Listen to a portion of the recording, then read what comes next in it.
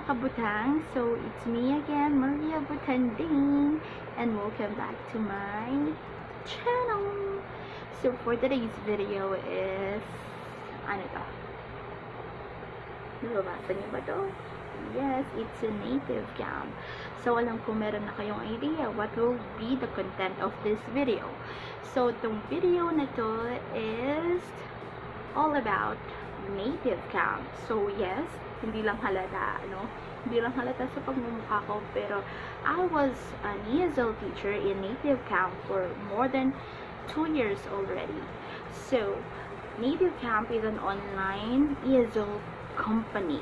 So, napaka-famous na all over the world, not just here in the Philippines, but also in other countries. And dito sa native camp to, so there are lots of foreign students. So there are like around 500,000 students and more than that. It's just only an estimated number, but they are more than 500,000. And when it comes to the teachers, so teachers here are not only Filipinos, but they are teachers that have different nationalities. So sometimes they are Nigerian, sometimes they are Americans, Australian, something like that, or Spanish, and different nationalities, but it will be like an incentive for you, or a good benefit for you if you will be like a native speaker of English. So for example, you will be like an American, so it's a very plus for you. And yeah, so welcome back to that, or let's go back to that. So if you want to apply in native camp, all you have to do is just to click or type nativecamp.net on your Google Chrome, so you need to search for that website, and then it will appear the specific thing on your screen that there will be like an apply now. So there are lots of processes that you need to do for you to get hired. But before that, before we explain the processes that you need to take if you want to apply as an ESL teacher, let's talk about first the requirements. Yes, so let's talk about the requirements. So the first requirements that you need to have is you need to be at least 18 years old. Yes. So of course you need to be in your legal age if you want to go to work, or if you want to apply as an ESL teacher here in native camp. So tingnan mo, napakadali ng mga requirements nila, hindi sila maselan as team. And not just that, it's either you have a teaching experience or not. So with or without teaching experience, so pack na pack, it's a plus. And not just that, so let's move on to the other requirements. So you need to have like a laptop or a computer with a webcam. So of course it's it's an online class, so you need to be there. You need to have your students needs to see you how you look like, something like that. And also you need to have like a headset with a microphone. So yes, need yun, and yun yung pinaka-requirements talaga.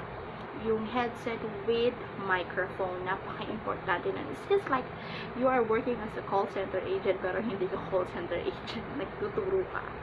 And also not just that, the what you call this, also ang pinaka-importante if you want to become an online ESL teacher is you need to have like a stable internet connection. So hindi naman sila nagre-require ng mataas na Mbps. So as long as it's minimum of 2 Mbps, pasok na siya sa system check ng native camp. And yes, yun yung mga requirements. So tingnan nyo, hindi siya maselan. So napaka-pack talaga ng requirements ng native camp. Napulunan ako. And not just that, let's move on to the benefits. Yes, let's move on to the benefits that you can get here in native camp. So the first one is you have like a flexible working hours. So see, flexible working hours. Yes, native camp is 24/7. So you can teach like early in the morning or lunchtime, afternoon, night, midnight, whenever you want, you know. So here, kung ayaw mo magturo ng umaga, it's okay. If you don't want to teach during lunchtime or afternoon, it's okay. So it's up to you anong time ka magiging available. Just open your slot, something like that. So see, accredited talaga siya and very convenient kasi it's very flexible. You don't need to follow a specific time frame to go to work or to teach or have your class. It's up to you to decide. And the second one is it's a work from home setup. So yes, napaka-convenient ito. You don't need to travel, you don't need to go to other place, just inside your house or just inside your house or room, you can able to go to work already. So you don't need to like magandang pihis or do a very like bonggang outfit, you know. And sometimes hindi naman required na meron ka agad na t-shirt na native camp. It's okay kahit na simple damit lang siya or top, as long as it's very like decent clothes, you know, for you to become or for you to look presentable to your students.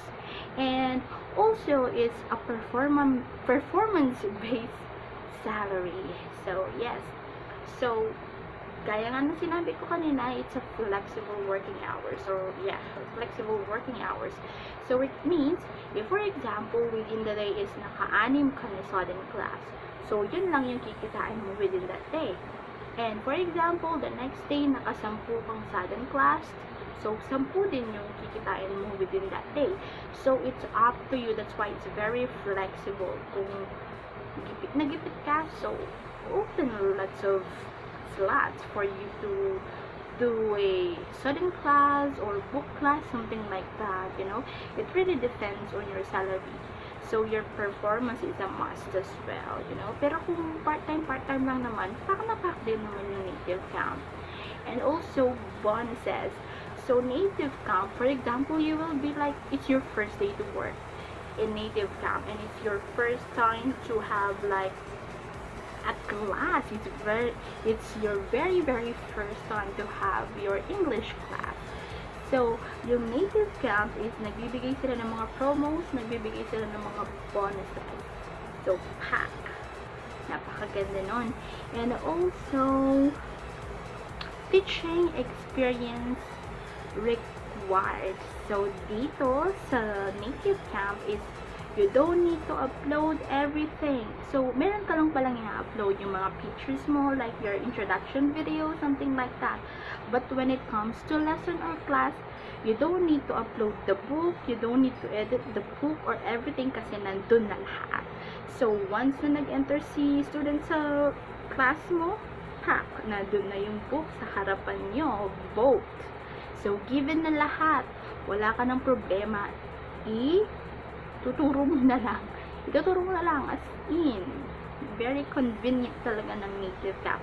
Hindi ka mukha ng akad-sokes, napakarami pang kailangan gawin, napakarami pang aralin ng mga platform or application just to have classes, you know, kasi nagturo din ako sa akad-sok before.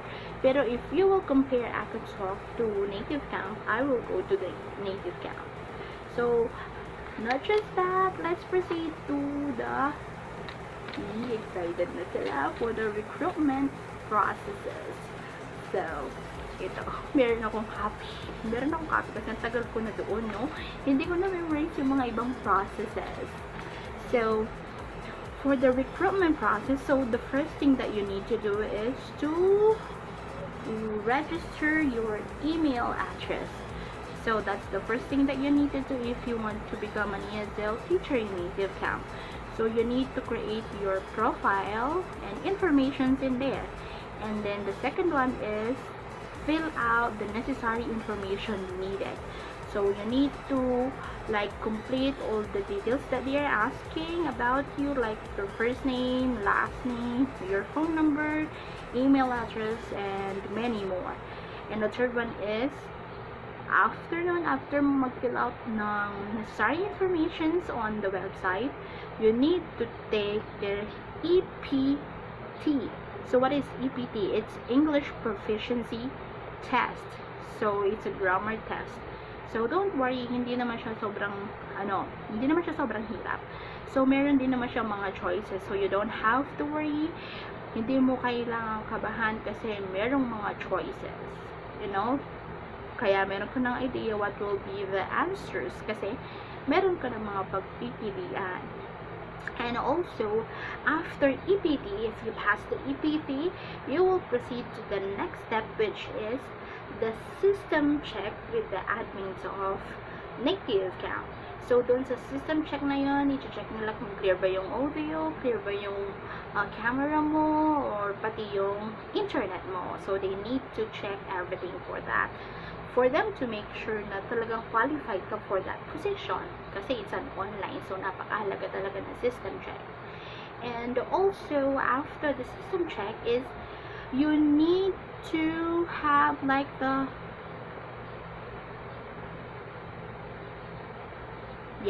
so you need to have the self-learning program online. So, meron silang isasend na parang email sa'yo na contains ng mga sample lessons, like materials and everything sa nativecamp, and kailangan mong aralin yon. And then, after that, after mo ma-learn, nakapag-review ka na about dun sa learning program or learning online program, you will proceed to demo lessons. So, in demo lesson, hindi naman siya mahirap kasi hindi ka talaga totally magtuturo kasi based on my experience, meron lang silang pinabasa and you just need to read it properly with proper intonation, with proper cutting, something like that. Parang kailangan mong i-pronounce yung words ng maganda as in para mag-sounds kang fluent sa English talaga. You don't need to teach, you know? Hindi mo kailangang kabahan doon. Hindi ka talaga magde-demo lesson na magtuturo, no? Magbabasa ka lang ng isang like paragraph, something like that. Napaka-ikling paragraph lang yon. And then after that, it's already you need to wait for like a couple of hours or maybe after 24 hours for the making of your account or your profile in nativecamp. So, i-update ka naman nila sa mga emails and everything kung okay na ba yung site for you para makapagturo. And take note, napakaraming uri ng classes doon. So, the first one is you can also have like a 5-minute lesson class wherein, for example, may book class ka, may nag-book na student sa'yo.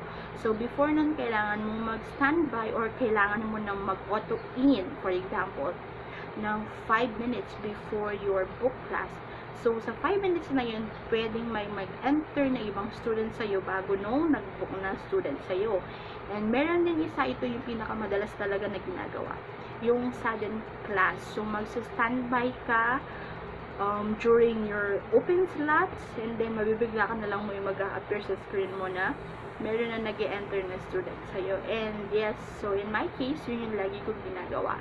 Which is sudden class or standby mode. And what do you call this? Napaka-swerte mo dito if meron ka maraming mga regular students kasi mahal yung bayad ng book class. Walang-wala siya sa bayad ng standby or 5 minutes class. Pero yung standby is backpack amount naman. Napakaganda niya. Pero it will be more like advantage if you have like a book classes. It's not literally like you will have like the whole day book class lahat. No. So if it's naputol guys, so let's continue our video. So as a summary, so if you want to apply as an ESL teacher, comment down below para ma-assist ko kayo. So I will be your referral if you want to become an ESL teacher. So don't worry, tutulungan ko kayo sa mga processes and everything. Bibigyan ko kayo ng mga tips until magawa niyo na yung first class niyo. So don't worry, I will make sure na matatanggap kayo sa nativecamp kasi tuturuan ko kayo. So if you really want to apply, if you really want to teach in this nativecamp platform, just comment down below, and I will also leave the link of nativecamp for you to like open it or check it if you want. So yun lamang guys, and thank you so much mga kabutanding in watching this video. Don't forget to like, share, and subscribe. Goodbye.